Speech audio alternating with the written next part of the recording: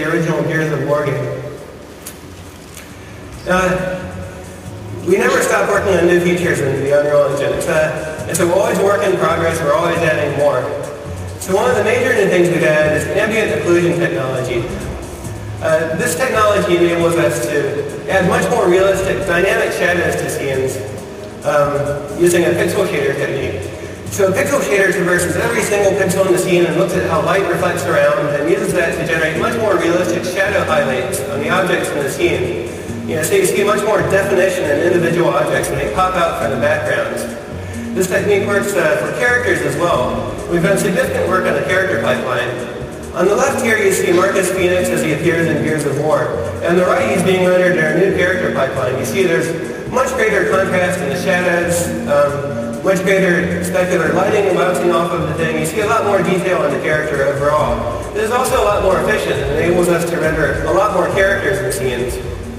Now, if you remember in Gears of War, you fought the Locust Horde, where the Horde consisted of maybe like 5 or 6 locusts.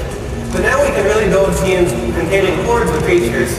And here we have over 100 creatures running around in real time using flocking technology.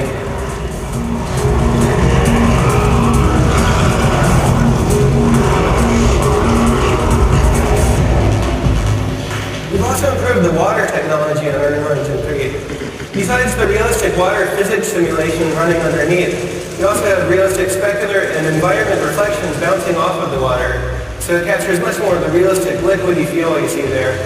You also have more dynamic interaction with the water, so more realistic sound effects, more realistic splashes using particle systems, and this scales to very large environments. So you can build your game taking place on a deserted island, or you can build that jet skiing game you always wanted to build using Unreal Engine 3. The engine now scales to much larger scenes like that.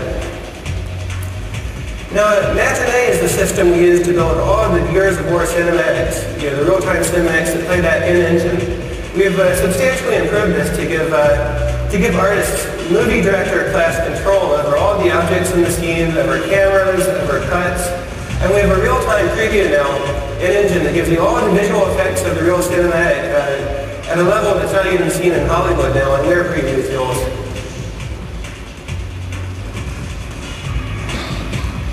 We've also incorporated Aegea's soft body physics simulation tool, which enables us to simulate objects that are realistically elastic and fluidy, like you see with this cube of meat we built here. And you can see the player can interact with that, push little pieces of it around, and it's all very elastic and buoyant.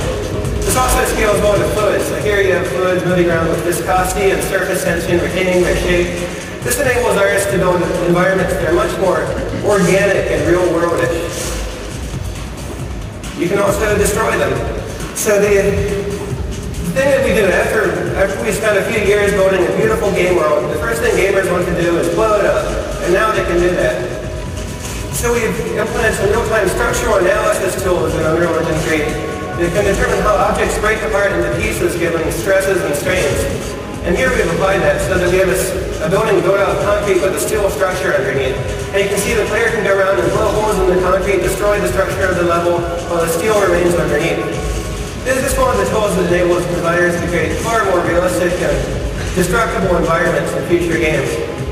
And these are just a few of the things we've been working on in Unreal Engine 3. We expect to have a lot more over the coming years as we learn to take more and more advantage of the Xbox 360's hardware.